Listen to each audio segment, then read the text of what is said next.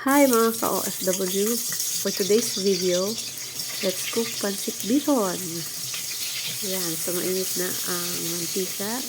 Gisa na natin ang bawang sibuyas.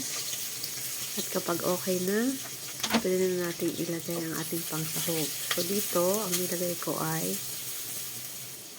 ang leftover na chicken. Yan.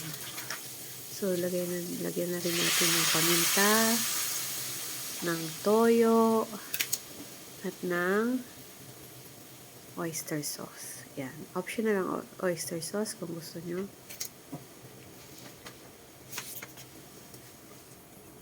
So, imekos-mekos natin yan. At ilalagay na natin ang tubig. Ang inilagay ko ay ang mainit na tubig na para mas madali siyang kumulo. Total, luto na rin naman ang ating chicken. So, mas maigi ng mainit na tubig na para mas madaling maluto.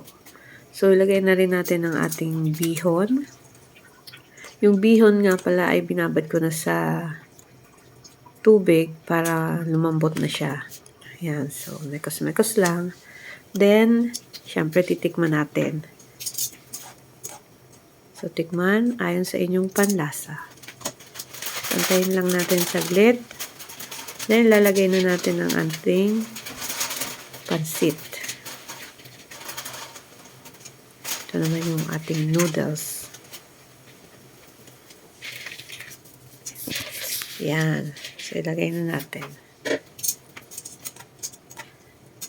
Then, halo-haloin lang natin para mailubog din sa mainit na tubig o sabaw ang ating pansit. Tsaka ko na pala ilalagay ang ating mga pansahog na gulay. So, yung mga pansahog kong gulay, hindi ko na siya ginisa. So, diretso na siya fresh. Yan. Ilalagay ko lang naman ay ang carrots at ang repolyo. Maluluto na sila sa init ng pansit. Pero naka-open pa rin yung fire dyan. Yan. Para hindi siya masyadong maluto. Gusto kasi namin medyo half-cook ang mga gulay. So, imekos-mekos lang. At charan! Ayan na po ang ating pancit bihon. Simpleng pancit bihon. Ayan na. Pwede na po tayong kumain. Meron tayong kubos.